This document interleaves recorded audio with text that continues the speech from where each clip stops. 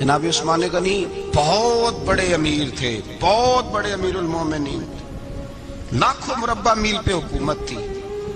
چند سو آدمیوں نے آ کے گھیر لیا عثمان غنی کے گھر کو، اور کربلا میں تو 3 دن پانی بند رہا ہے، حضرت عثمان غنی پہ 40 دن پانی بند رہا ہے، 40 دن۔ اور حضرت امام حسین کے خیموں کے گرد پہرا دینے کے لیے جناب عباس تھے۔ اور میں تاریخ کے سارے معتبر حوالے عرض کر سکتا ہوں کہ جب حضرت عثمان غنی کو خطرہ ہوا تو مولا علی شیر خدا نے امام حسن اور حسین کو تلواریں پکڑائیں اور فرمایا دروازے کے آگے کھڑے ہو جاؤ، کوئی بدبخت تمہارے خالو عثمان غنی کے دروازے تک جانے نہ پائے۔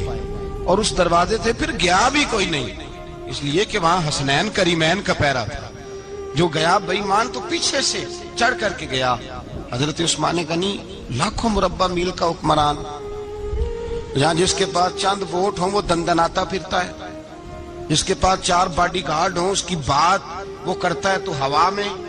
حضرت عثمان غنی کے پاس ہزاروں کی فوج ہے، چند 100 لوگوں نے آپ کے گھر کو گھیر لیا، شہید کرنا چاہتے ہیں۔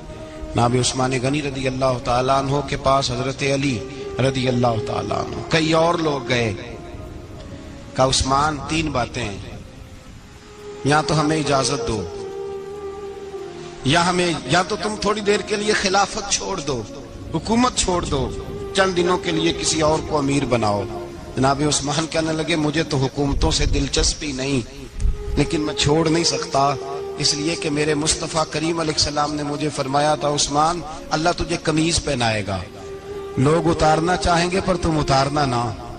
فرمایا میں سمجھ گیا ہوں، اس سے مراد یہی ہے، میں نہیں چھوڑتا۔ کہا عثمان پھر اس طرح کریں، ہمیں اجازت دیں، یہ چند 100 لوگ ہیں، ہماری تلواریں چند منٹ میں فیصلہ کر دیں گی۔ جناب عثمان غنی فرمانے لگے میں نبی پاک کا شہر اپنی وجہ سے خون میں رنگ دوں، میری وجہ سے؟ نبی پاک علیہ السلام نے فرمایا تھا ایک مینڈا ہوگا، بکرا، جس کی وجہ سے میرے مدینے کی گلیوں میں خون بہے گا، میں وہ بکرا نہیں بننا چاہتا۔ فرمایا میں نہیں چاہتا میری وجہ سے خون بہے اور حضور کے مدینے میں بدامنی ہو۔ عثمان کی جان جاتی ہے تو جائے، پر نبی پاک کے مدینے میں شور نہیں ہونا چاہیے۔ اے پائے نظر ہوش میں آ، یہ کوہ نبی ہے، آنکھوں سے بھی چلنا یہاں بے ادبی ہے۔ تو کہا عثمان پھر اس طرح کرو، کچھ دنوں کے لیے مکے چلے جاؤ۔ میری بات کی سمجھ آ رہی؟ کچھ دنوں کے لیے مکے چلے جاؤ۔ تو جناب عثمان نے داڑھی پکڑ لی، کہنے لگے دیکھ رہے ہو ساری سفید ہو گئی ہے، میں نبی پاک کا شہر چھوڑ کے نہیں جانا چاہتا، میں رسول اللہ کے مدینے میں مرنا چاہتا ہوں، میں نہیں چھوڑوں گا حضور کا شہر۔